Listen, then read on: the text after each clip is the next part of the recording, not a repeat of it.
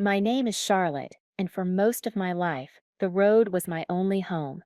I am telling you this story today because a single afternoon, filled with skepticism and silk, changed everything. I never expected that the simple act of reading a stranger's palm would lead to a public accusation, the humiliation of a powerful man, and a love I was convinced only existed in the stories my grandmother told by the fire. It was a future I predicted for a man who believed in nothing, only to find that future was inextricably bound to my own. Before I dive into how a cynical Earl and a stolen necklace turned my entire world upside down, I want to hear about your world. Let me know where you're watching from in the comments below. It's always amazing to see how far these stories travel. And if you've ever felt judged or misunderstood simply for being different, hit that like button so I know I'm not alone. For all the new viewers here, make sure you subscribe to join this wonderful community of storytellers and listeners.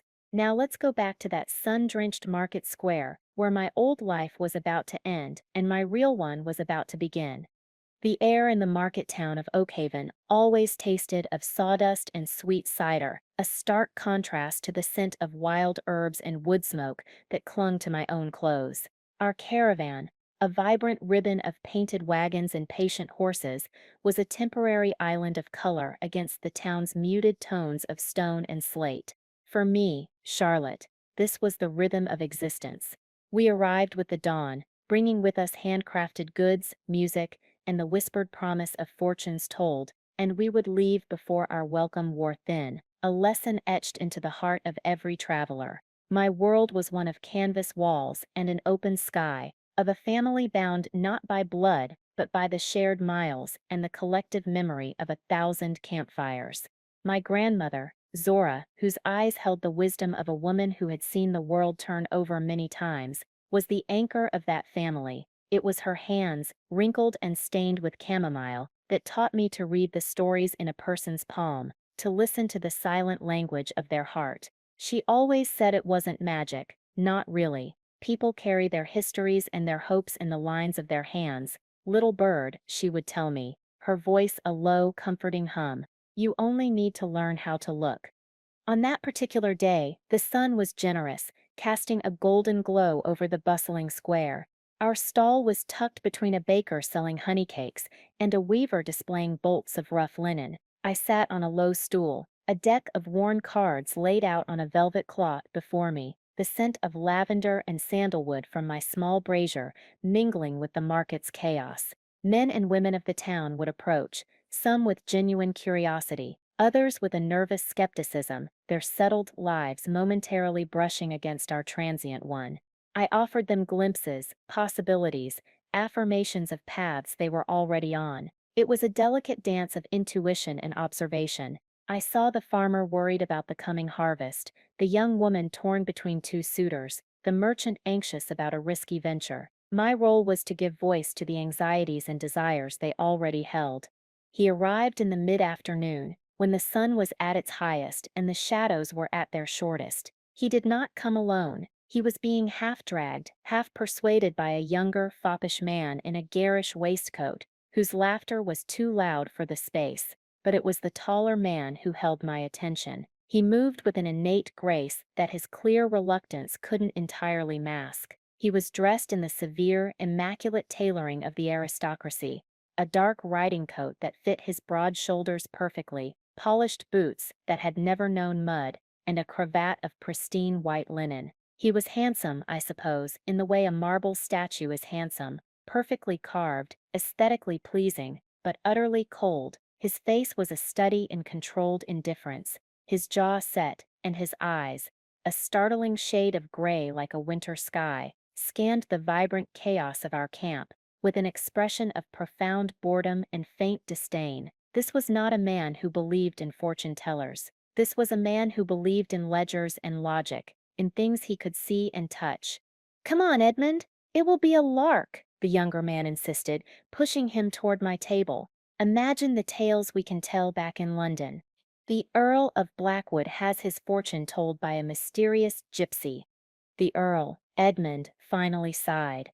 A sound of deep, weary resignation. He stopped before my table, his shadow falling over me. He was taller than I'd realized, and his presence seemed to suck the warmth from the immediate air. He didn't look at me, but at the cards, his lip curling ever so slightly. Fine, Finsbury. Let us get this farce over with. He tossed a silver coin onto my velvet cloth. It was far more than my usual fee, a clear gesture of dismissal, meant to pay for my time and my silence. I met his gaze then, holding it steadily. I didn't set reach for the coin. A fortune is not a commodity to be purchased, my lord. It is a story to be shared. If you wish for a farce, the mummers are at the other end of the square. His eyes narrowed. It was the first flicker of anything other than boredom I had seen in them, a spark of surprise, maybe even annoyance that I hadn't simply scooped up his money with a grateful curtsy. The man named Finsbury choked on a laugh. Edmund finally, properly, looked at me. His gaze swept over my dark, unbound hair, the simple peasant blouse I wore, the silver bracelets that chimed on my wrist. It was a look of assessment, cold and clinical. Very well, he said, his voice a low baritone, smooth but devoid of warmth. Tell me my story then. Amaze me. He held out his hand, palm up. It was a long-fingered, elegant hand, but the lines were held rigidly, as if he were resisting the very act of being read. I took his hand. His skin was cool to the touch. As my fingers traced the lines of his palm, I closed my eyes, not for show but to quiet the noise of the market and listen, as Zora had taught me. I felt a deep, profound loneliness emanating from him, a bitterness that was like a shard of ice lodged deep within. It spoke of a betrayal, a trust shattered so completely that it had frozen his heart against the world. I saw flashes of a woman with hair like spun gold and a smile that didn't reach her eyes, of broken promises and public humiliation. I didn't need to speak of that. The past was his burden to carry. My purpose was to show him the path forward. I opened my eyes and looked up at him. You have built high walls around your heart, my lord, I said softly, my voice just for him, ignoring his companion. You believe them to be a fortress, but they have become your prison. He scoffed, a short, sharp sound of contempt, and tried to pull his hand away, but I held it fast. My touch was gentle, but firm. You mock what you do not understand, I continued, my gaze unwavering. You see the world in black and white, in profit and loss, but the truest things in life are not found on a balance sheet. They are painted in color and sung in the key of the heart. How poetic, he drawled, his cynicism a tangible shield. And what does my future hold? Am I to acquire a new stallion? Will my investments prosper? You are a man who has everything and possesses nothing, I said, ignoring his sarcasm. But that is about to change. Your future. It is not about wealth, it is about a love that will not flatter your title or seek your fortune. It will be a love that challenges you, that sees the man behind the walls and dares to tear them down. I traced the long, deep heartline on his palm. It will anchor your soul, not in a gilded cage as you have known before, but in the open wild. It will be fierce and true, and it will terrify you more than any financial ruin. He finally snatched his hand back, his gray eyes flashing with something I couldn't quite name, anger, perhaps, or a flicker of something raw and exposed. He looked genuinely unsettled, as if my words had struck a nerve he didn't know he had. Finsbury was staring, his mouth agape. You're good, Edmund said, his voice tight. You have a talent for spouting the kind of romantic nonsense that separates fools from their money. He turned on his heel without another word, his back ramrod straight as he strode away, leaving Finsbury to scramble after him. He didn't take back the coin he had thrown down. I watched him go, a strange melancholy settling over me. I hadn't said it to impress him, or to earn his silver. I had said it because it was what I saw, what I felt. The deep, aching void in him was so profound, and the promise of a love that could fill it was just as strong. For a moment our eyes had met, and I had seen past the cynical Earl to a man drowning in his own solitude. Later that afternoon, as the crowd began to thin, I saw the first real sign of the trouble that was brewing on the horizon. Magistrate Thorne, A man whose face seemed permanently pinched in a state of disapproval was making his way through the market. He was a portly man, his importance puffed up around him like a peacock's tail. He stopped at the stall of my Uncle Cale, who was selling his beautifully carved wooden birds. Cale was a master craftsman, his hands gnarled from years of work but capable of bringing wood to life. Thorn picked up a small, intricately carved lark, turning it over in his fleshy hands. "And how much for this bit of whittled nonsense?" he asked, his tone dripping with condescension. "That is 3 shillings, magistrate," Cale replied, his voice calm and even though I knew he bristled at the man's tone. 3 shillings, Thorn laughed, a harsh, unpleasant sound. "For a piece of firewood? You people have a high opinion of your trinkets. I silk give you 6 pence. It sups more than it sips worth." "Then I am afraid it is not for sale to you, sir," Cal said politely, holding out his hand for the bird. Thorn's face darkened, a mottled red creeping up his neck. He practically threw the wooden lark back onto the table and stormed off, muttering about vagrants and thieves. It was a small, ugly moment, but it was a reminder of the precariousness of our existence. We were tolerated, but never accepted. We were always one misplaced word, one imagined slight, away from being driven out. As evening approached and the market fires were being lit, casting long, dancing shadows, I saw the Earl again. He was alone this time, standing near the edge of the town square, partially concealed by the shadow of the stone archway of the granary. He was watching our camp. He wasn't looking at me, but at the whole scene. Zora was helping a young mother with a fussy baby, her gentle humming carrying on the breeze. Cale was showing 2 wide-eyed town children how to make a whistle from a fisher. Laughter and music drifted from our central fire. It was a scene of simple, communal life, of a richness that had nothing to do with silver coins or grand titles. I noticed he was holding a small sketchbook and a piece of charcoal, though he wasn't drawing. He was just observing, his expression unreadable from this distance. I wondered what he saw. Did he see vagrants and thieves, as Magistrate Thorn did, or did he see a family, a community, a life lived by a different set of rules? He stayed there for a long time, a silent, solitary figure on the edge of our world, and I couldn't shake the feeling that his fate and ours were now somehow intertwined. The prediction I had made for him felt less like a distant possibility, and more like a stone dropped into a still pond, its ripples already beginning to spread. The next day dawned heavy and gray, the sky a blanket of unbleached wool that threatened rain. A strange tension seemed to have settled over the town, a quiet hostility that prickled the air. People who had been friendly the day before now hurried past our stalls with their eyes averted. Whispers followed us like shadows. I felt it as a knot of unease in my stomach, a familiar sensation that always preceded trouble. Zora felt it too. I saw her burning a bundle of sage by our wagon steps, her lips moving in a silent prayer for protection. "The wind has a sour taste today, little bird," she murmured, her dark eyes clouded with worry. The trouble, when it came, arrived not with a storm, but with the pompous, self-important stride of Magistrate Thorn. He was flanked by 2 burly constables, their faces grim and set. They did not stop at the edge of our camp. They marched directly into its heart, their heavy boots scuffing the dirt packed down by our dancing and our lives. They were heading for me. Everything seemed to happen in slow motion. Cale stepped forward, placing a protective hand on my arm. Zora's humming stopped. The laughter of the children died on the air. All eyes turned to the intruders.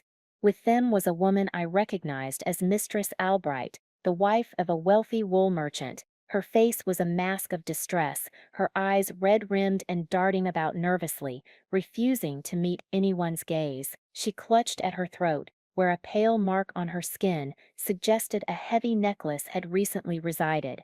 "There," she screeched, pointing a trembling, gloved finger directly at me. "That sips her, the gypsy girl who told my fortune yesterday. She was too close. Her eyes, they were so strange." Magistrate Thorn swelled with importance, his chest puffing out. "Charlotte," he boomed, mispronouncing my name with deliberate carelessness, "you stand accused of theft. Mistress Albright's emerald necklace, a family heirloom of considerable value, went missing yesterday afternoon, shortly after you had contact with her. A collective gasp went through my family. Kyle Sepp's hand tightened on my arm.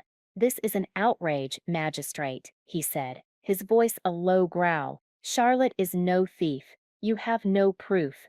"Proof?" Thorne sneered, enjoying his moment of power. The word of a respected gentlewoman against that of a wanderer? He gestured dismissively at our wagons, our homes. "I have all the proof I need. We will search your wagon. I am certain we will find what we are looking for." He didn't wait for permission. He shoved Cale aside and nodded to his constables. They moved toward my wagon, the one I shared with Zora, our small private world of dried herbs, stacked books, and colorful woven blankets. It felt like a violation of the deepest kind. Zora stood before the steps, her small frame rigid with defiance. "You will not," she said, her voice quiet but ringing with authority. "You have no warrant and no right." One of the constables roughly pushed her aside. Zora stumbled, and Cal caught her, his face a thundercloud of fury. I felt a surge of helpless rage. I opened my mouth to protest, to scream, but the words caught in my throat. I had seen this play out before in other towns. The accusation, the planted evidence, the swift, unjust verdict. We were always guilty until proven innocent, and our innocence was impossible to prove. The constables rummaged through our home with callous disregard, tipping over baskets of herbs, pulling books from their shelves, tearing through our meager belongings. Then, one of them let out a triumphant shout. "Here, magistrate, look what I found." He emerged from the wagon holding a small, gaudy green earring, its glass stone crudely set in cheap metal. It was nothing like the fine emerald necklace Mistress Albright would have worn. It was a common trinket, the kind sold by a dozen peddlers at the fair, but it was green. "Part of the set, no doubt," Thorne declared loudly, for the benefit of the growing crowd of townspeople who had gathered to watch the spectacle. "She likely broke it up to sell the pieces separately. Cunning, these people are." Mistress Albright peered at it and nodded weakly. "Yes, yes, it looks familiar." Her voice lacked conviction, but it didn't matter. The verdict had already been decided. "Arrest her," Thorne commanded, a cruel smile playing on his lips. "We shall see how her fortunes hold up in a prison cell." One of the constables grabbed my arm, his fingers digging into my flesh like talons. Despair washed over me, cold and absolute. I looked at the faces in the crowd, suspicious, fearful, and some I saw, with a pang of sorrow, gloating. To them, I was not a person. I was a stereotype, a convenient scapegoat for all their fears of the unknown. My family surged forward, their voices rising in a chorus of protest, but the constables drew their batons, holding them back. It was at that precise moment, when all hope seemed lost, that a new voice cut through the air, sharp and imperious. "Just what, in Godsip's name, is going on here?" All heads turned. There, on the edge of the crowd, sat Lord Edmund Maddox on a magnificent black stallion. He had dismounted, and was now striding toward us, his riding crop held loosely in his gloved hand. His face was like a thunderhead, his gray eyes narrowed and cold with fury. The crowd parted for him like the sea before Moses. He had shed the bored indifference of the previous day. In its place was a formidable aura of command and authority. He came to a stop directly in front of Magistrate Thorne, who seemed to shrink in his presence. "My lord," Thorne stammered, his face losing some of its color. "A simple matter of local justice. This woman has been accused of theft." Edmund's gaze flickered to me, held captive by the constable. I saw a muscle jump in his jaw. Then his eyes moved to the gaudy earring still in the other constable's hand, and finally back to the magistrate. "Accused or convicted without trial?" he asked, his voice dangerously soft. "On what grounds do you base this accusation beyond the word of a single flustered woman and your own apparent prejudice?" Thorne puffed out his chest, trying to reclaim his authority. "Have evidence, my lord." A piece of the stolen property was found in her possession.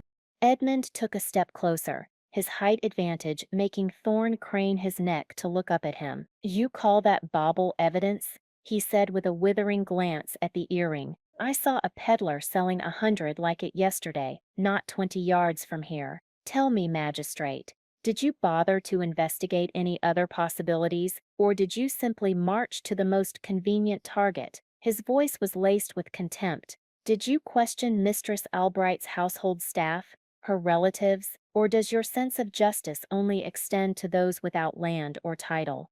Thorn was floundering, his face now a blotchy purple.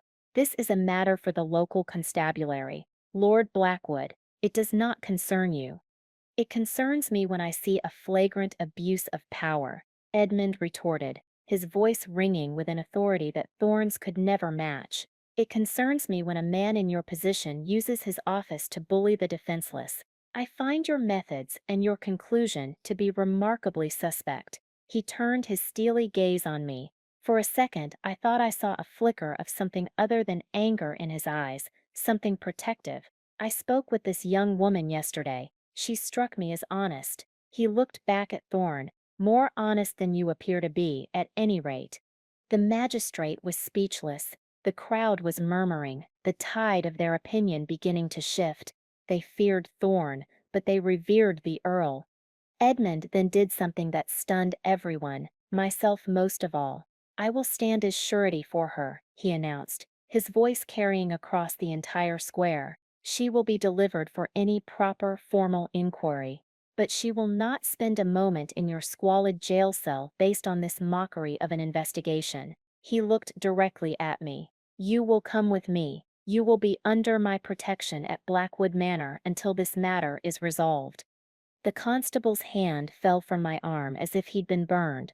Thorn's jaw dropped. My own family stared in stunned silence. The cynical Earl who had scoffed at my predictions was now placing his own reputation on the line to defend me. "My lord, you can be serious," Thorn sputtered, harboring a common thief. "I am deadly serious, magistrate." Edmund cut him off, his tone leaving no room for argument. "Unless you wish for me to bring this matter to the attention of the Lord Chief Justice in London, I suggest you cease this charade at once. I am taking her to my estate. My word and my bond will serve as her bail. Is that understood?" Thorn, utterly defeated and publicly humiliated, could only manage a stiff, resentful nod. Edmund gestured to his horse. He looked at me, his expression softening almost imperceptibly. "Come," he said, his voice now quiet, meant only for me. Numbly, I walked towards him. I glanced back at Zora. She gave me a small, almost imperceptible nod. Her eyes filled with a mixture of fear, pride, and a deep, knowing wisdom. She trusted this. She trusted him, and so, putting my own bewilderment aside, I chose to trust him too. I placed my hand in the one he offered me, the same hand whose future I had read just a day before, and allowed him to lead me away from the ruins of my mourning and into the complete unknown. The journey to Blackwood Manor was a blur of green countryside and thundering hooves, my mind struggling to process the dizzying turn of events. He had placed me in front of him on his great horse, and I was acutely aware of the solid warmth of his body behind me, one strong arm securely around my waist. The man who had radiated such cold indifference now felt like the only anchor in a storm-tossed sea. We rode in silence, a silence thick with unspoken questions. Why was he doing this? What did he want from me? Was this pity, a nobleman's whim? The cynical part of me, the part that had been taught by a lifetime of prejudice to be wary, whispered that no one did something for nothing. Blackwood Manor rose from the rolling hills like a great beast of gray stone, imposing and ancient, with ivy climbing its walls like green veins. It was more a fortress than a home, its mullioned windows like watchful eyes. As we passed through the massive iron gates and into a manicured courtyard, I felt a profound sense of dislocation. The scent of trimmed boxwood and damp stone was alien to my senses. This was a world of rigid lines, of contained nature, so different from the untamed wildness I called home. The manor staff, a small army of servants in stark black and white uniforms, lined up in the entrance hall to greet their master. Their faces were a mixture of shock and poorly concealed curiosity as the Earl of Blackwood strode in with a disheveled gypsy girl in tow. A stern, white-haired butler, his back as straight as a poker, stepped forward. "My lord, we were not expecting you." His eyes flickered over me with distinct disapproval. "There has been a change of plans, Hemlock," Edmund said, his voice echoing in the cavernous flagstone hall. "This is Charlotte. She will be my guest. Show her to the blue room and see that she has everything she needs. A bath, fresh clothing, food." "A guest, my lord," the butler repeated, as if the word were foreign. "Is there a problem with your hearing, Hemlock?" Edmund Set's voice was dangerously quiet. "She is to be treated with the utmost respect. She is under my protection. See that the rest of the staff understands that perfectly." The butler's disapproval was swiftly replaced by curt obedience. "Of course, my lord. This way, miss." He led me up a grand, sweeping staircase, its dark wood gleaming with a century of polish. I felt a dozen pairs of eyes on my back. I was an anomaly, a splash of chaotic color in their monochrome world. The blue room was larger than our entire wagon, dominated by a four-poster bed draped in heavy damask silk. A fire was already crackling in the hearth, but the room felt cold and impersonal. A young housemaid with frightened, mouse-like eyes was sent to help me. She laid out a simple woolen dress, a far cry from the silks the lady of such a house would wear, but clean and warm. She drew a bath in a copper tub, filling it with steaming, fragrant water. As I sank into the heat, scrubbing away the grime of the road and the residue of my fear, I felt as if I were washing away a part of myself. I was clean, warm, and safe, yet I had never felt more lost. Later, Edmund came to find me. I was standing by the large window, looking out over the sprawling, meticulously planned gardens. It was beautiful, but it was a cage of beauty, every hedge and flower bed constrained and controlled. "Are you comfortable?" he asked, his voice softer than I had heard it before. He stood a respectful distance away, not wanting to crowd me in the unfamiliar space. "This is all very grand," I said, unable to find the right words. "I don't that understand, my lord. Why did you do this for me?" He came to stand beside me at the window, his gaze following mine out into the garden. For a long moment, he was silent. "I despise injustice, Charlotte," he said finally, his voice low. "I saw a bully with a badge using his power to crush someone he considered beneath him. It was distasteful, and I saw a woman facing it all with a dignity she should not have had to possess." He turned his head to look at me, his gray eyes serious, and perhaps I wanted to see if the woman who spoke of tearing down walls had the strength I saw in her eyes. My heart beat a little faster. He was not a man given to easy compliments. His words, carefully chosen, carried weight. "My strength comes from my family," I told him. "They are all I have." "Tell me about them," he said, a genuine curiosity in his tone. And so I did. I told him about Zora's wisdom and Kale's kindness. I spoke of our travels, of the joy of waking in a new place, of the music and stories that were the currency of our lives. I described a world so utterly alien to his own, a world of freedom and community, but also of hardship and prejudice. He listened, truly listened, his cynical mask slipping away to reveal the thoughtful, intelligent man beneath. In turn, I asked him about the bitterness I had sensed in him.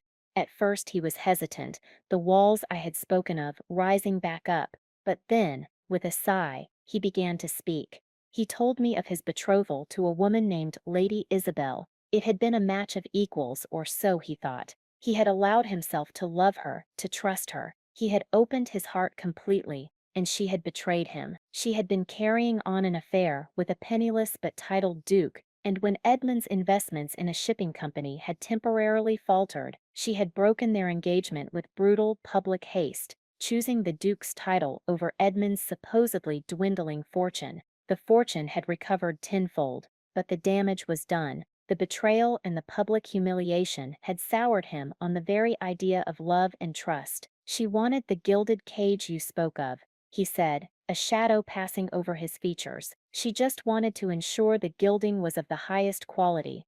In that moment, he was not the powerful Earl of Blackwood. He was just a man with a wounded heart. "The future I saw for you, it is still there, my lord," I said gently. He gave a short, humorless laugh. "Please, call me Edmund, and I still believe you are a clever charlatan, Charlotte, but a very intriguing one." Despite his words, something had shifted between us. A fragile thread of understanding had been woven in the quiet intimacy of that room. Edmund was true to his word. He did not simply offer me sanctuary, he took up my cause. The next morning he rode back into Oakhaven, not as a lord inspecting his domain, but as an investigator. He was relentless. He sent his own agents to speak with the servants at the Albright home, offering them coin for information, something Thorne would never have bothered to do. He went to the peddler's stall himself and purchased an earring identical to the one found in my wagon, proving it was a common, worthless item. He spent hours in his study, poring over maps of the town, making notes, his brow furrowed in concentration. I would bring him tea, and he would look up, a small, grateful smile touching his lips.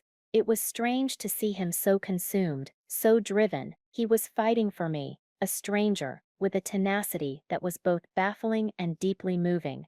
His investigation began to bear fruit. A stable boy from the Albright household, after being plied with ale and promises of protection by one of Edmund's men, confessed a crucial piece of information. He had overheard a furious argument between Mistress Albright and her nephew, a young man named Matthias, who was known throughout the county for his gambling debts. The argument had been about money. Then, another piece fell into place. A pawnbroker in a neighboring town, when shown a sketch of the necklace Edmund had commissioned based on Mistress Albright's description, recalled a panicked young man trying to sell a remarkably similar item just yesterday. The young man had settled for a fraction of its worth. His description matched Matthias perfectly. The truth was sickeningly clear. Matthias had stolen the necklace from his own aunt, Mistress Albright, too proud and ashamed to admit that her own blood was a common thief, had seen a perfect opportunity. The presence of the gypsies, coupled with her brief, foolish consultation with me, had provided her with an easy scapegoat. It was a lie born of cowardice and convenience, a lie that would have cost me my freedom. Edmund's face was grim when he pieced it all together. The injustice of it settled in his jaw, hardening it to granite. "Thorne didn't want the truth," he said, pacing his study. "He wanted a conviction, and you were the easiest one to convict." He stopped pacing and looked at me, his eyes blazing. "I will not let them get away with this. There will be a public accounting for both Thorne and the Albrights." He was no longer just a man avenging a distasteful injustice. This was personal. The fight for my name had become his own. The day of the reckoning arrived, cloaked in a fine, persistent drizzle that made the cobblestones of the town square gleam like polished slate. Edmund had orchestrated the entire event with the precision of a military general. He hadn't requested a hearing. He had demanded one, using his authority as the region's primary landowner and peer of the realm to convene a public inquiry in the very place where I had been accused. He had ensured that not only Magistrate Thorne and the Albrights were present, but also the town council and a significant portion of the populace. He wanted witnesses. He wanted the truth to be aired not in a stuffy private chamber, but in the open for all to see. I stood beside him, near the steps of the town hall. I was wearing the simple woolen dress from the manor, but Edmund had insisted I also wear a beautiful cloak of deep blue velvet, a loan from his late mother's wardrobe. It was warm and heavy, a shield against the damp air and the curious stares of the crowd. I was terrified, my hands clenched tightly at my sides, but Edmund's presence next to me was a bastion of calm strength. He gave me a brief, reassuring glance. "Stay calm," he murmured, his voice for my ears alone. "The truth is on our side." Magistrate Thorne stood opposite us, his face a mask of blustering indignation. Though a faint sheen of sweat on his brow betrayed his nerves, Mistress Albright and her husband stood beside him, looking pale and uncomfortable. The accused nephew, Matthias, was there too, looking for all the world like a cornered rat. Lord Blackwood, Thorne began, his voice artificially loud, this is a highly irregular proceeding. The matter of the theft is a simple one, to be handled by my office. Your office has proven itself to be either grossly incompetent or willfully corrupt. Magistrate. Edmund cut him off, his voice sharp and clear, carrying easily over the hushed crowd. I have called this inquiry to present the evidence you were too lazy or too prejudiced to find for yourself. He began systematically, laying out the facts with cold, irrefutable logic. He started by holding up the cheap glass earring. This, he declared, was the cornerstone of your case. The proofs found in Charlotte's wagon. He then gestured to one of his men, who stepped forward with a small cloth bag. Edmund opened it and poured its contents onto a small table. A dozen identical earrings clattered onto the wood. I purchased these yesterday from a peddler not 50 feet from this spot. They are worthless trinkets, available to anyone. To present this as evidence of a specific high-value theft is not just foolish, it is a deliberate deception. A murmur rippled through the crowd. Thorne's face was turning a dangerous shade of red. Next, Edmund called forward the stable boy from the Albright household. The boy was nervous, twisting his cap in his hands, but Edmund's gentle questioning soon put him at ease. He recounted the argument he had overheard between Mistress Albright and her nephew, Matthias, about gambling debts. He spoke of Matthias's desperation for money. Then came the final, crushing blow. Edmund produced a signed affidavit from the pawnbroker in the next town, complete with a detailed description of the young man who had sold him a magnificent emerald necklace, a description that matched Matthias Albright perfectly. He then unrolled a charcoal sketch of the necklace. The pawnbroker identified this as the very piece sold to him by this man. All eyes turned to Matthias. He was shaking, his face ashen. Mistress Albright let out a small, strangled cry. Matthias Albright, Edmund said, his voice like the crack of a whip. Did you or did you not steal your Aunt Sip's necklace to pay your gambling debts? The young man crumbled. Sobs racked his body, and he fell to his knees. I did it, he cried, the confession tearing from him. I was desperate. I didn't think I never meant for anyone to be arrested. His aunt, Mistress Albright, buried her face in her hands, her shame now a public spectacle. The entire crowd was in an uproar. Shouts of shame and liar were directed at the magistrate and the merchant's family. Thorne stood frozen, his authority shattered, his face a picture of utter humiliation. He had built his case on prejudice, and Edmund had demolished it with facts. He had been exposed as a fool and a bigot in front of the entire town. But for me, the climax of the moment was not Thorne's downfall or Matthias's confession. It happened in the quiet space amidst the chaos. As the crowd's anger swelled, I felt a tremor of fear, a primal instinct to shrink away from the volatile energy. Edmund must have sensed it. He turned to me, his body subtly shielding me from the worst of the tumult. His gray eyes, which I had once thought so cold, were filled with a fierce, protective warmth. He reached out and took my hand, his fingers lacing through mine, a gesture of solidarity and reassurance.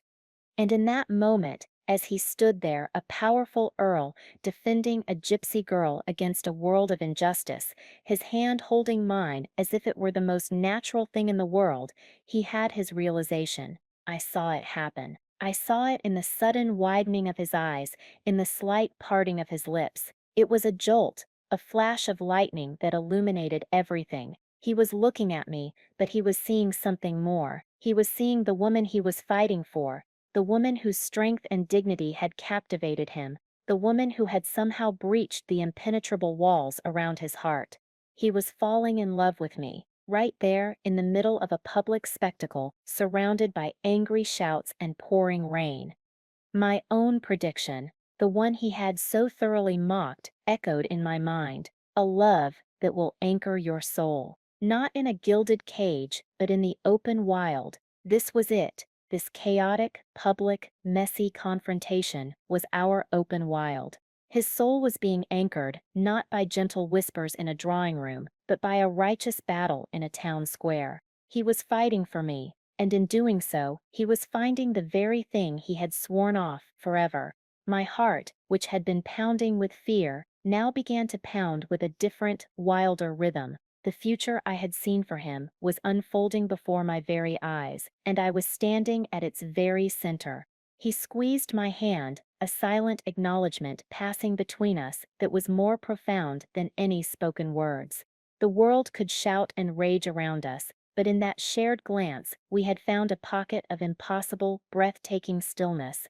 The immediate aftermath was swift and decisive. Magistrate Thorne, thoroughly disgraced, was suspended from his duties, pending a full investigation from the regional authorities, a process Edmund personally set in motion. The Albright family, shamed beyond measure, retreated from public life, their name now a byword for deceit and cowardice. The town council, eager to appease the powerful Earl of Blackwood, offered a formal public apology to me and my family.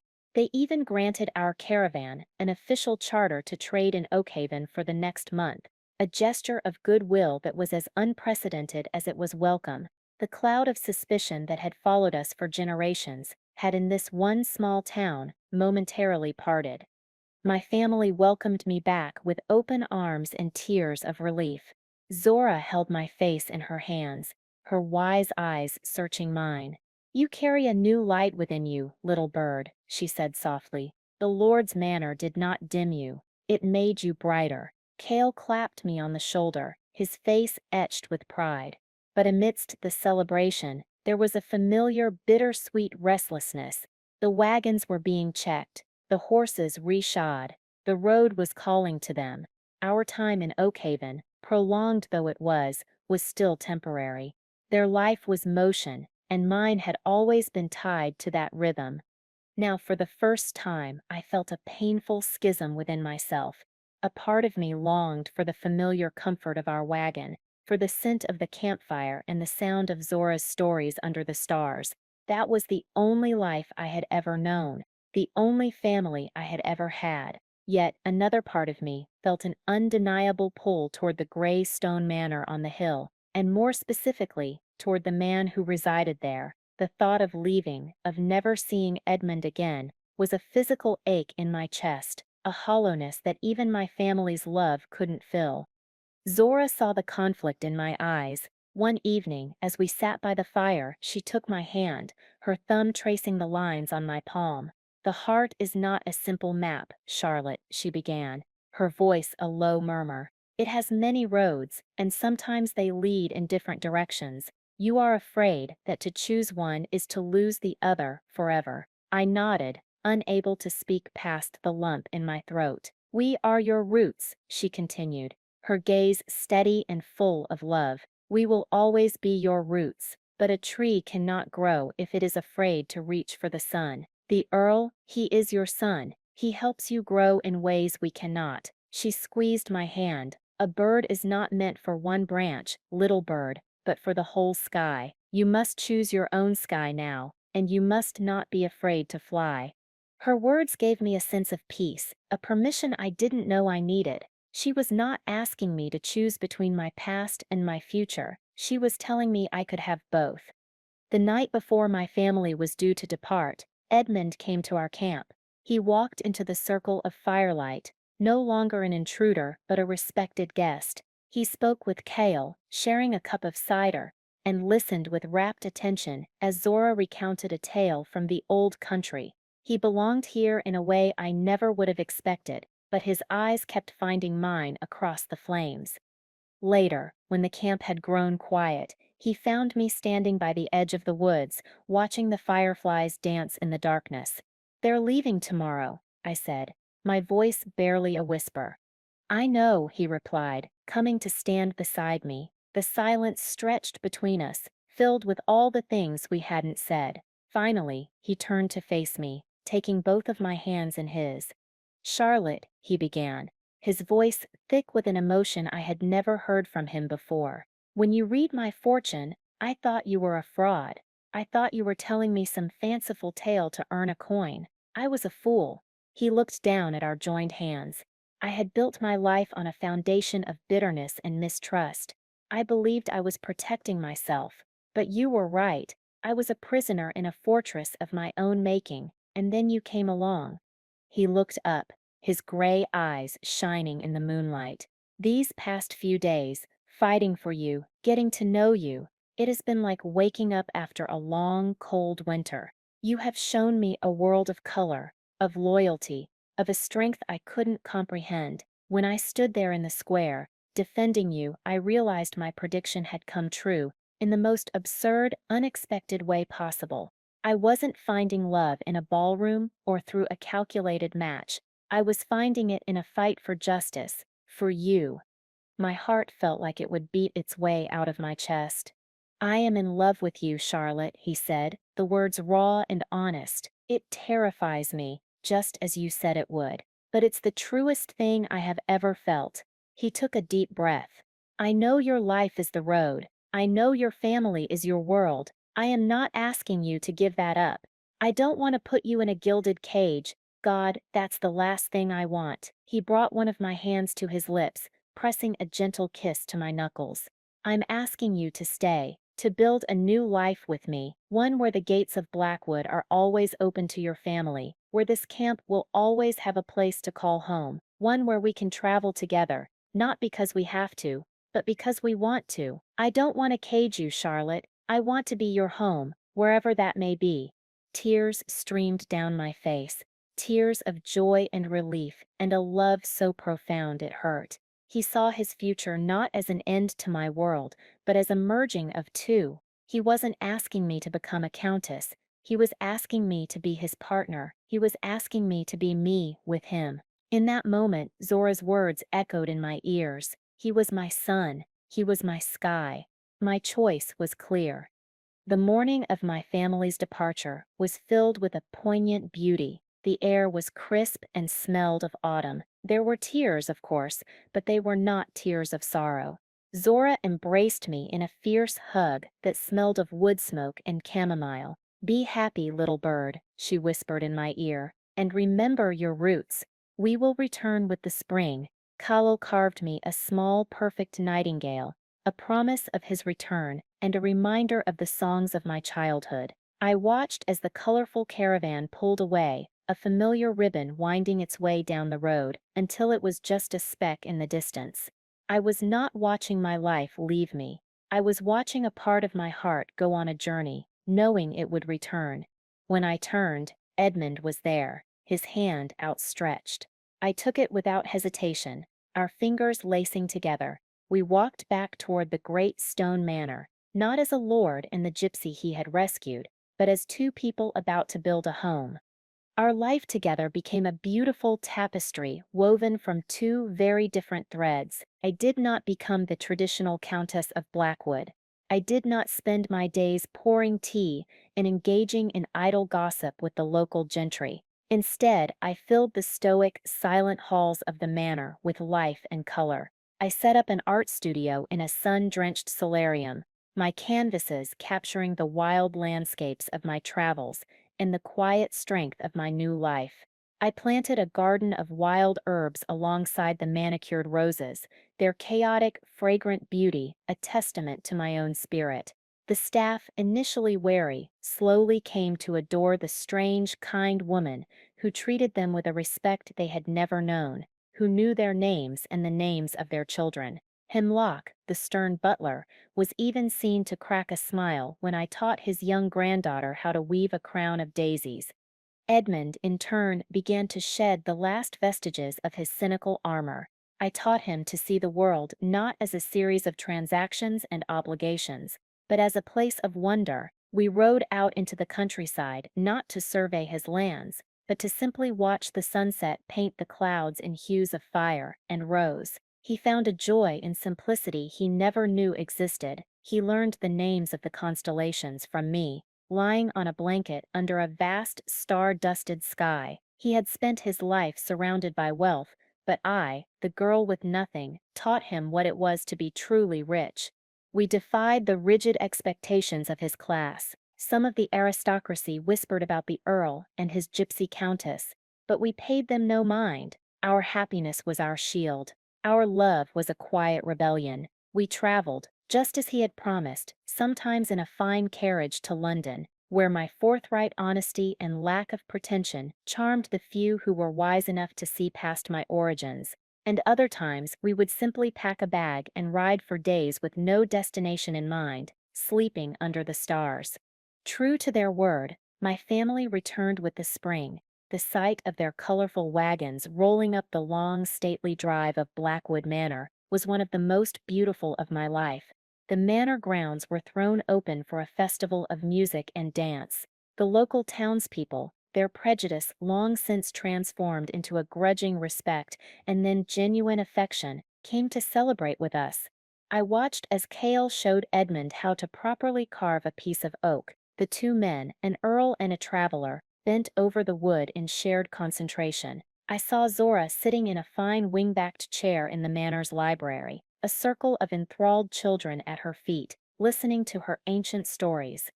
In that moment, I saw the full, beautiful truth of the future I had predicted. The two worlds had not collided, they had merged. Edmund stood with his arm around me, watching the dancers whirl around the great bonfire we had built on his perfect lawn. He was smiling, a genuine, unguarded smile that reached his clear gray eyes. His soul was anchored, not in the duty of his title or the stone of his home, but in the love we had built, a love that was both a safe harbor and a wide open sky. It was fierce and true, and it no longer terrified him. It had set him free. Looking back on it all now, the journey seems both impossible and inevitable. The path from a dusty fortune-teller's tent to the life I lead now was paved with prejudice, injustice, and fear. But at every turn, there was also a choice to be brave, a choice to be kind, and the most important choice of all, to trust in a future you can feel, even when you cannot see it. What I learned is that our lives are not defined by where we come from, but by the connections we dare to make and the love we are brave enough to accept. The greatest fortunes aren't read in the palm of a hand. They are built moment by moment, in the unwavering gaze of someone who sees you, truly sees you, and chooses to stand by your side. I want to thank you for listening to my story today. It's not always easy to share these parts of ourselves, but it feels important to. Have you ever had a moment in your life where your entire future changed in an instant? Share your story in the comments below. I would truly love to read them. This community is built on sharing and understanding, so please don't forget to like this video if my story resonated with you, and subscribe to the channel for more stories of unexpected journeys. Remember that the most beautiful paths in life are often the ones we never expected to walk. Thank you for joining me. I wish you all strength and happiness on your own journey.